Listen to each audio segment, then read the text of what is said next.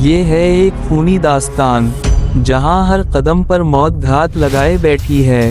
آدم خور درندے جو انسان کے گوشت کے پیاسے ہیں، اور ایک شکاری جو اپنی جان پر کھیل کر ان درندوں سے ٹکراتا ہے۔ پیش ہے آدم خوروں کی وادی۔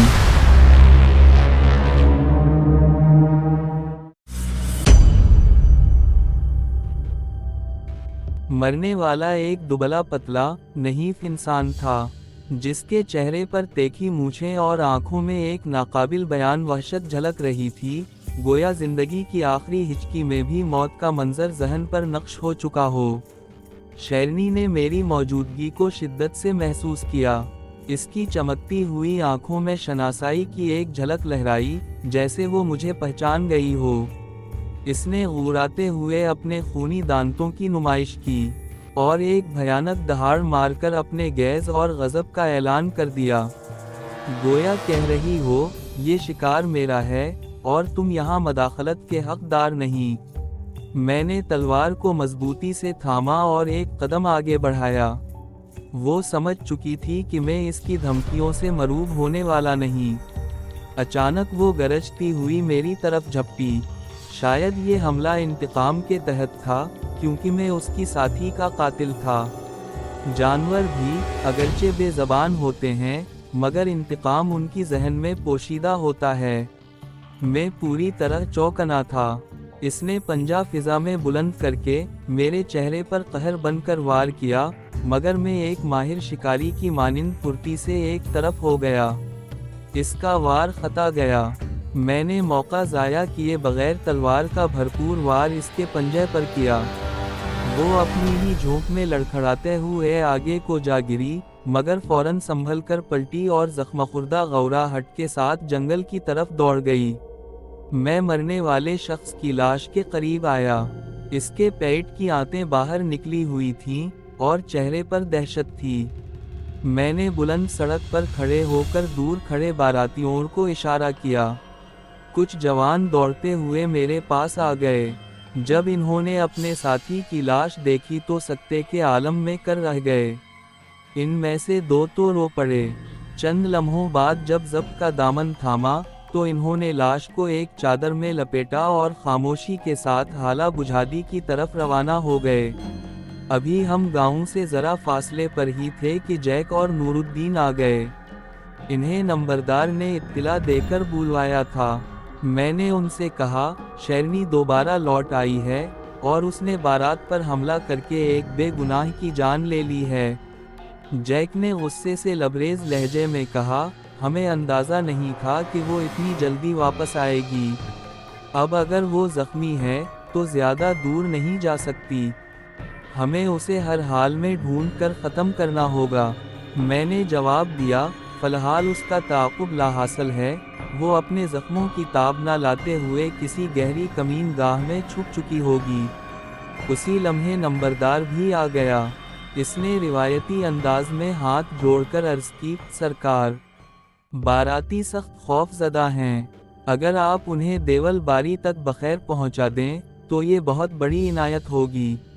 جیک اور نور الدین نے اس بات میں سر ہلایا اور بارات کے ساتھ روانہ ہو گئے، جبکہ میں نمبردار کے ساتھ وہیں ٹھہر گیا۔ وہ میرے لیے رائفل اور کارتوس لے آیا، جس سے میرا اعتماد بحال ہو گیا۔ اگر یہ رائفل پہلے میرے ساتھ ہوتی تو شاید شیرنی اب تک ختم ہو چکی ہوتی۔ میں رات بھر اس کے تعاقب کی حکمت عملی پر غور کرتا رہا، یہاں تک کہ ذہن کی تاریکیوں میں ایک روشن خیال کا ظہور ہوا۔ جب جیک اور نور الدین واپس لوٹے تو میں نے اپنا منصوبہ ان کے گوش گزار کیا۔ ہمیں کل ہانکا کرنا ہوگا۔ آپ سوچ رہے ہوں گے کہ ہانکا کس کو کہتے ہیں۔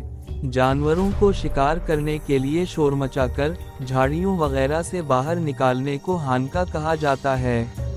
ہری مندر کے عقب میں جو گھنا اور ہموار جنگل ہے، شیرنی غالباً وہیں روپوش ہے۔ چونکہ وہ زخمی ہے، زیادہ دور نہیں جا سکتی۔ ہم میں سے ایک سیڑھیوں پر، دوسرا درخت کے پیچھے، اور تیسرا ہانکے والوں کے ساتھ ہوگا۔ جیسے ہی ہانکا شروع ہوگا، شیرنی مجبورہ اپنی کمین گاہ سے نکلے گی۔ اور اگر قسمت نے یاوری کی تو وہ ہمارے جال میں آ جائے گی۔ یہ منصوبہ سب کو پسند آیا، خاص طور پر جیک جو ابھی تک بارات پر حملے کا صدمہ بھول نہیں پایا تھا۔ اگلی رات ہم اپنی اپنی پوزیشنز پر تھے، مگر مجھے معلوم تھا کہ شیرنی زخم خوردہ ہے اور چند روز تک ادھر کا رخ نہ کرے گی۔ میرا اندازہ درست نکلا، وہ نہ آئی، لیکن تیندوا مادھاپ پور میں ایک گائے کا شکار کر گیا۔ میں نے جیک کو فوراً مادھاپ پور روانہ کر دیا اور نور الدین کو لوگوں کو ہانکے کی تربیت دینے کی ہدایت کی۔ خود میں اس مقام پر گیا جہاں ہانکا ہونا تھا۔ وہاں تازہ پنجوں کے نشان دیکھ کر دل کو یقین آ گیا کہ اب فتح ہمارا مقدر بن سکتی ہے۔ واپسی پر ایک عجیب غریب منظر دیکھا، نیولا اور سانپ کی مرکا آرائی۔ سانپ پھن اٹھائے نہایت متانت سے نیولے کی حرکات کا جائزہ لے رہا تھا۔ نیولا سبک رفتاری سے اس کے گرد گھوم رہا تھا جیسے کسی طاق میں ہو۔ پھر دونوں ایک دوسرے پر جھپٹے۔ نیولا ہر بار زہر نکال کر جھاڑی میں جا چھپتا، کچھ دیر بعد واپس آ کر نئی توانائی سے لڑتا۔ میری حیرت اس وقت دوچند ہوئی جب میں نے اس جھاڑی میں ایک مخصوص سبز رنگ کی بوٹی دیکھی جسے نیولا چبا کر دوبارہ طاقت پاتا تھا۔ یہ فطرت کی ایک پوشیدہ حکمت تھی۔ میں نے اس بوٹی کو سنبھال کر رکھا اور بعد میں کئی زہریلے سانپوں کے ڈسے ہوئے افراد کا علاج اسی سے کیا۔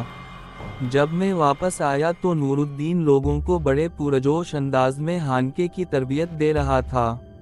ان دیہاتیوں کی آنکھوں میں اعتماد کی جھلک تھی، گویا قدرت خود شیرنی کے اختتام کا فیصلہ کر چکی تھی، اس لیے بات فوراً سمجھ آ گئی۔ جیک آیا تو اس نے وہی پرانی تفصیل دہرائی کہ تیندوے نے رات کی تاریکی کا فائدہ اٹھا کر ایک گھر کی دیوار پھلانگی اور گائے کو چیر پھاڑ ڈالا۔ اس نے آدھی سے زیادہ گائے ہڑپ کر لی اور باقی وہیں چھوڑ کر غائب ہو گیا۔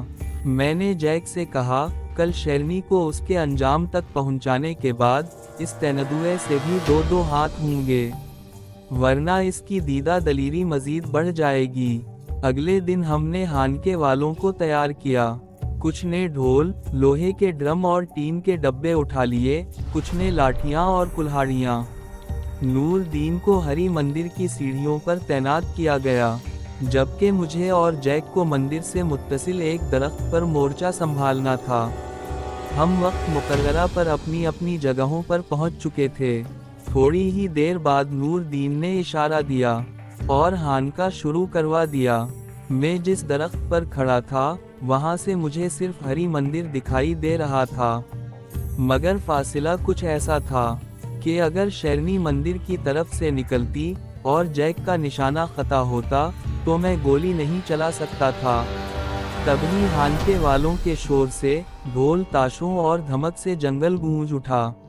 میں جیک کو تو نہ دیکھ سکا، البتہ مندر کا احاطہ مکمل دکھائی دے رہا تھا۔ شور قریب سے قریب تر آنے لگا اور اسی شور میں شیرنی کی دبی دبی غورہٹ بھی سنائی دی، گویا وہ اپنا کمین گاہ چھوڑ چکی تھی اور غیظ اور غضب میں آ چکی تھی۔ اچانک ایک دھماکے دار گولی کی آواز آئی۔ میں سمجھا شیرنی مندر کے پاس آئی ہوگی اور جیک کی گولی نے اس کا کام تمام کر دیا ہوگا، لیکن یہ حیرت ناک بات تھی کہ صرف ایک ہی گولی چلی تھی، دوسری گولی کی آواز سنائی نہ دی، جبکہ ہانکے والوں کا شور ہنوز جاری تھا۔ یہ ناقابل فہم تھا، اتنی مکار اور خونخوار شیرنی کیا ایک ہی گولی میں ڈھیر ہو گئی۔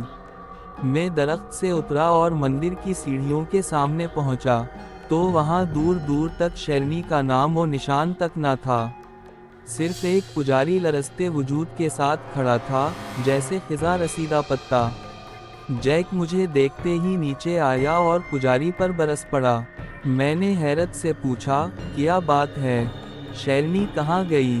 جیک نے غصے میں جواب دیا، شیرنی میرے نشانے پر آ چکی تھی، میں گولی چلانے ہی والا تھا کہ یہ پجاری نہ جانے کہاں سے کود کر درمیان میں آ گیا۔